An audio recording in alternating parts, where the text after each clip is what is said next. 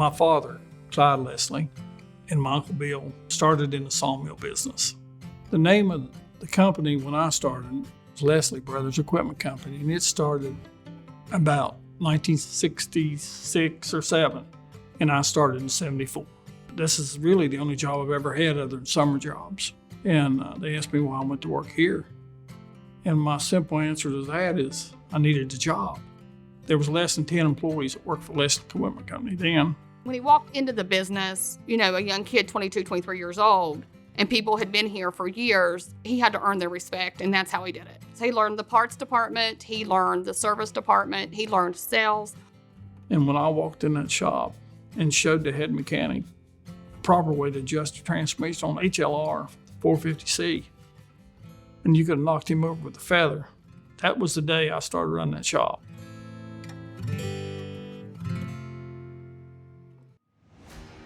We probably doubled or tripled our gross sales every year for several years. We put all the money back in the company, and we continue to buy more stores and grow.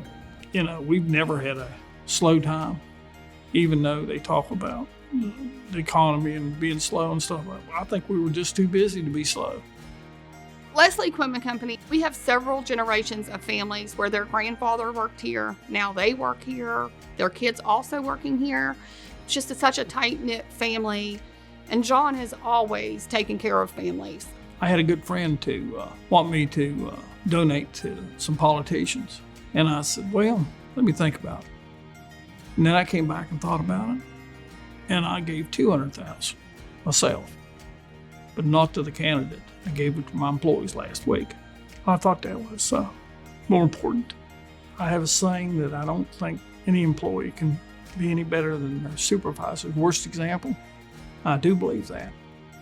And we're lucky to have the employees we have. He considers them his family and wants to be able to provide for them through their retirement to where they can provide for their kids. Everything that they need, he makes sure that they have. He's fair. He's a fair man. You know what I mean? He don't expect any more from one person to the other. And he wouldn't ask you to do anything that he wouldn't do, whether it be hauling something down the road or trying something on a machine. I mean, he would do it, and he will do it. You can drive by here on most Saturdays and Sundays and you'll see him here. I mean, this is what he lives for. I think he loves the challenge. I think what he's best at Leslie Equipment is sales. I think that's what he thrives on. Somebody asked him one time why he didn't hunt. A lot of us hunt, and he said, I do hunt all the time for another customer, and that's just what he lives for, just to do better and prosper. I really owed all their employees. Like a guy asked me one time, he said, John, I know why you're so successful. He said, because you surround yourself with people smarter than you. And I didn't know if I was getting a compliment or a slam, but we really do have some top-notch employees here. I hope he realizes how appreciative that we are and his grandchildren are. Leslie Equipment Company is John's legacy. He made a lot of sacrifices growing up, and now he has several family members that are interested and want to continue to see the business grow like he has.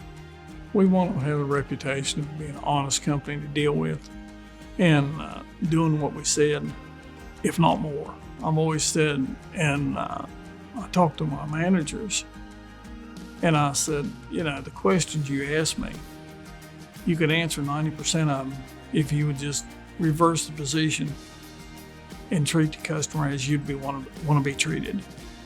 I think that's the real thing about it. Just treat customers like you would expect to be treated under the same circumstances.